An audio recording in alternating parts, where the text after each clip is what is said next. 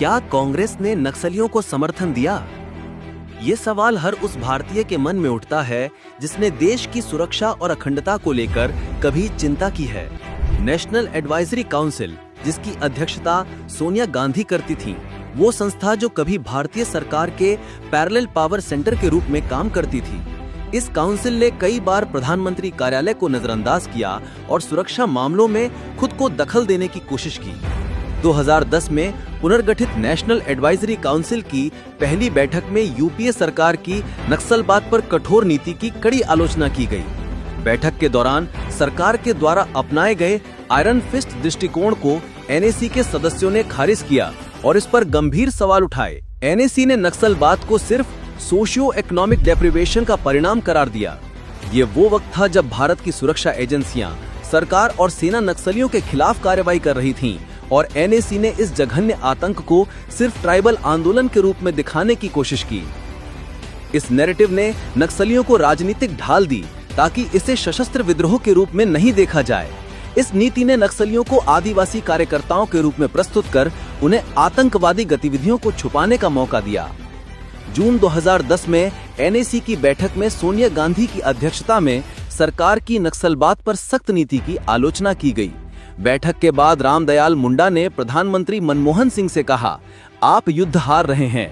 ये बयान इस बात का संकेत था कि कांग्रेस नक्सलियों को राजनीतिक संरक्षण दे रही थी। कांग्रेस का नक्सलवाद के साथ गुप्त गठजोड़ भारतीय राज्य की सुरक्षा को कमजोर कर रहा था।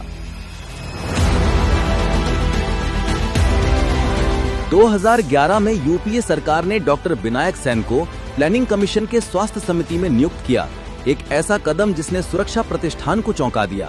विनायक सेन, जो People's Union for Civil Liberties के उपाध्यक्ष थे, उन्होंने छत्तीसगढ़ के आदिवासी क्षेत्रों में नक्सलियों के समर्थन में कार्य किया और सलवा जुडुम जैसे नक्सल विरोधी अभियानों की ये कह के आलोचना की कि मानवाधिकारों का उल्लंघन किया गया है।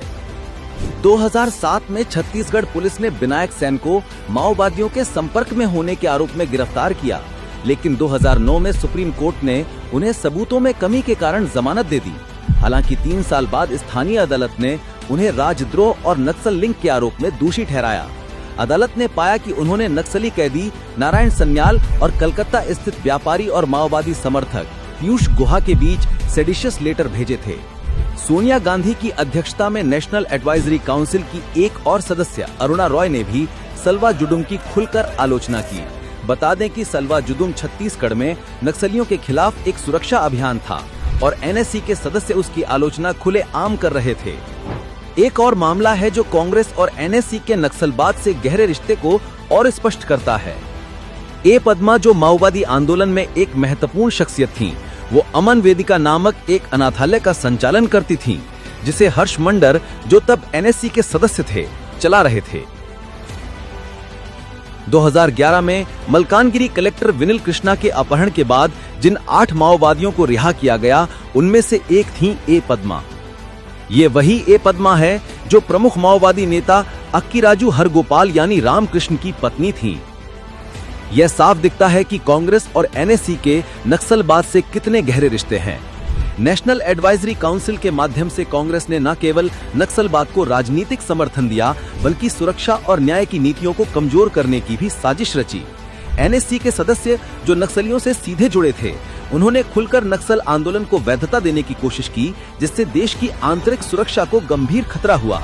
इस गुप्त गठजोड़ ने कांग्रेस की नक्सलवाद के प्रति सहानुभूति को उजागर किया और ये साफ किया कि उनका राजनीतिक उद्देश्य राष्ट्र की सुरक्षा से ऊपर था।